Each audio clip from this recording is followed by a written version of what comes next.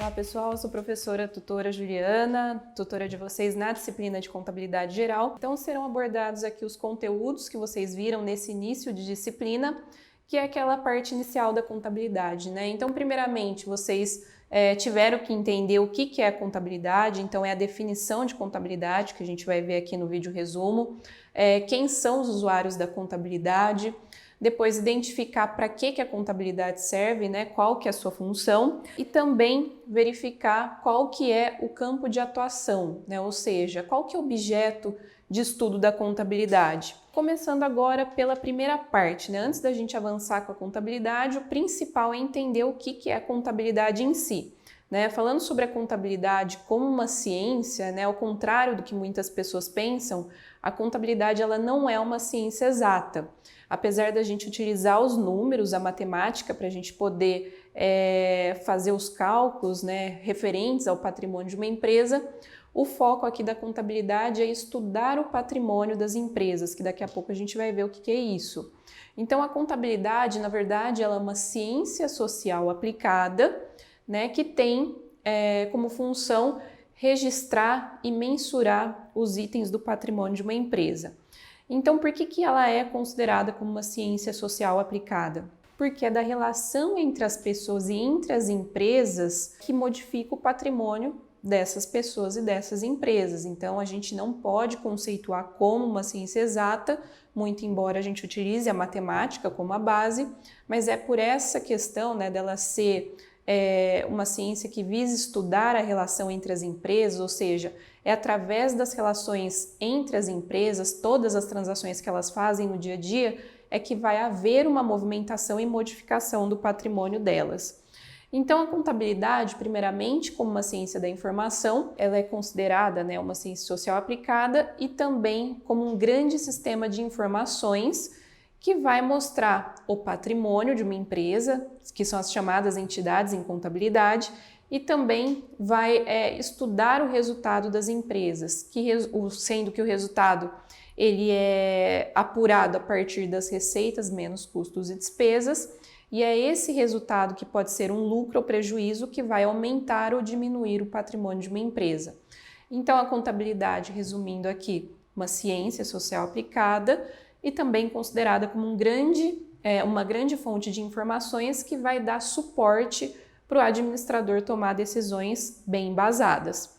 Passando aqui adiante, né, sobre quem são os usuários, já que a gente entendeu o que é contabilidade, quem são esses usuários, né, as pessoas, as empresas que utilizam as informações geradas pela contabilidade. Nós temos dois grupos aqui, que são os usuários internos e externos. Quando a gente fala em usuário externo, a gente está falando daqueles que estão fora da empresa. Já os internos são colaboradores, administradores, gestores, pessoas que estão dentro da empresa e que precisam utilizar a informação contábil para alguma decisão. Se a gente for falar em usuários externos, a gente tem aqui nesse esquema, né, que mostra bem essa divisão. Nós temos aqueles que vão emprestar dinheiro para as empresas, pode ser um banco ou qualquer credor, então ele precisa da informação contábil para poder avaliar a situação da empresa e saber se ele vai ter condições ou não de emprestar, se a empresa apresenta boas condições de pagamento. Nós temos então, né, como eu falei, bancos ou se não fornecedores, credores. O governo também é um usuário externo, ele está muito interessado em saber qual que é o resultado da empresa para poder apurar os impostos, né, os tributos que as empresas vão ter que pagar. E nós temos a sociedade como um todo, né, que também tem interesse. Às vezes uma pessoa comum que quer investir numa empresa, ela vai querer saber qual que é a situação econômico-financeira dessa empresa. Então esse grupo, que são os chamados usuários externos, são aqueles que estão fora da empresa. Falando um pouquinho, né, sobre essa questão desses usuários externos, quando a gente fala a quem a contabilidade direciona principalmente suas informações, nós temos que os principais usuários considerados pela contabilidade são os chamados investidores e credores, ambos citados como usuários externos. Então, esses investidores e credores, eles são os principais grupos a quem a contabilidade destina suas informações, Não falo aqui que os outros usuários não sejam importantes, mas esses são os principais aqui usuários tratados pela contabilidade. Passando agora, né, um pouquinho a respeito da finalidade da contabilidade, que vocês tiveram também nesse início, né? O que é a finalidade, ou seja, o que é o objetivo da contabilidade? Já vimos que ela é uma ciência social aplicada e uma grande fornecedora de informações sobre as empresas, né? Então, a finalidade principal é fornecer informações sobre essas empresas, mas de que forma que ela fornece essas informações? Por meio do estudo do patrimônio das empresas, né? Então, o que é o patrimônio? Patrimônio é tudo que a empresa tem em termos de bens, direitos e obrigações, né? É a parte boa, que eu costumo falar, que são os chamados ativos de uma empresa, mas também compreende a parte ruim, que são as dívidas, as obrigações. Então, a contabilidade ela vai estudar todo o patrimônio, né? Tudo que envolve a questão patrimonial, registrar as transações que vão modificar esse patrimônio e por meio dessa análise, né, dessa geração de informações, é que o usuário vai poder tomar decisões. Então, o objeto de estudo da contabilidade é o patrimônio das empresas com o objetivo de fornecer informações sobre esse patrimônio e sobre as variações patrimoniais que vão ocorrer nessas empresas. Então, voltando um pouquinho mais sobre o conceito, né, de patrimônio, nós temos aí que foi apresentado que o patrimônio nada mais é do que o conjunto de bens, direitos e obrigações, como está exposto aqui, né? É muito importante a gente saber que os bens podem ser classificados como carro, uma casa, um estoque de uma empresa, o dinheiro que ela tem no caixa, o dinheiro que ela tem no banco. Os direitos seriam, por exemplo, quando ela faz uma venda a prazo. Então, quer dizer, se ela faz uma venda a prazo, ela não vai receber esse valor agora. Por isso que a gente fala que ela tem um direito de recebimento. E isso também é considerado como parte do patrimônio da empresa. Mesmo que ela não tenha recebido isso, eventualmente lá na frente ela vai receber isso, vai fazer parte, vai ingressar no patrimônio dela.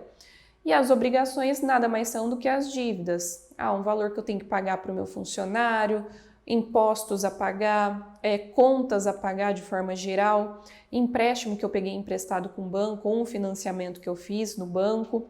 Então, tudo que gera uma obrigação para a empresa, a gente fala que é um passivo, é uma dívida. Então, enquanto os bens e direitos são os ativos, né, as obrigações são os chamados passivos. Então, a contabilidade, né, diariamente ela vai registrando todas as transações que ocorrem nas empresas, qualquer tipo de transação que envolva, né, valores financeiros, elas são registradas pela contabilidade para que no final de um período todas essas transações elas sejam exportadas para demonstrações contábeis, né? Então, essas transações, né, com os seus valores contabilizados no final de um período, cada valor que tiver no patrimônio é colocado numa demonstração contábil. E essa demonstração contábil é que vai ser uma grande fonte de informação para o administrador tomar uma decisão. Então, ele precisa saber o que está acontecendo com a empresa, né? Se a empresa está com um bom patrimônio, se ela está apurando lucro, prejuízo, porque é a partir dessas informações que ele consegue tomar decisões sobre o rumo da empresa. Então, a grande finalidade, né, o grande objetivo da contabilidade é justamente esse, poder fornecer, né, informações para os usuários, para administradores, para investidores, credores, para que eles possam tomar boas decisões, né? Sem a contabilidade, como que ele vai ter consciência de qual é a melhor decisão para a empresa? E agora entrando em outro conceito, né, que envolve a parte patrimonial, enquanto a gente tem que o patrimônio é o conjunto de bens, direitos e obrigações, a partir do momento que a gente fala sobre o patrimônio líquido, o que eu estou fazendo aqui? Eu estou acrescentando, igual está aqui no esquema, a palavra líquido ao patrimônio. Patrimônio compreende tanto a parte boa quanto a ruim, né? Que a gente não quer, porém nós precisamos assumir dívidas e é comum as dívidas ocorrerem nas empresas. Então, o patrimônio líquido ele vai ser o que a empresa tem de bom, excluídas as suas dívidas, as suas obrigações. Então, o que é? O patrimônio líquido das dívidas, líquido dos passivos. esse seria o patrimônio líquido, que compreende a riqueza efetiva de uma empresa, né? Por isso que a gente fala que o patrimônio líquido é o que de fato a empresa tem, que é dela, né? E nós temos aqui eventos na contabilidade que são os chamados eventos qualitativos e os eventos quantitativos. Os chamados eventos quantitativos são aqueles que vão ocasionar alguma alteração de valor no patrimônio. Então, alguma coisa que vai modificar, vai aumentar ou diminuir o patrimônio de uma empresa. Já um evento qualitativo é quando a gente tem uma mudança no patrimônio qualitativa, porém não tem mudança de valor no resultado. Nós podemos ter uma mescla aí, tanto os eventos quantitativos como qualitativos juntos, mas se eu falar, por exemplo, eu tenho 50 mil reais na minha conta bancária e vou utilizar esse valor da conta para adquirir um veículo para minha empresa. O que está ocorrendo? Apenas uma modificação qualitativa. Eu estou tirando todo o dinheiro que tem no banco para aplicar na aquisição de um ativo, que é um veículo, né? Houve alguma variação de valor do meu patrimônio? Não.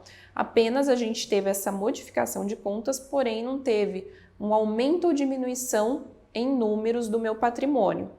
Para finalizar, então, aqui trouxe alguns pontos básicos, porém importantíssimos, que é uma atenção, né, que vocês precisam dar ao prazo das atividades.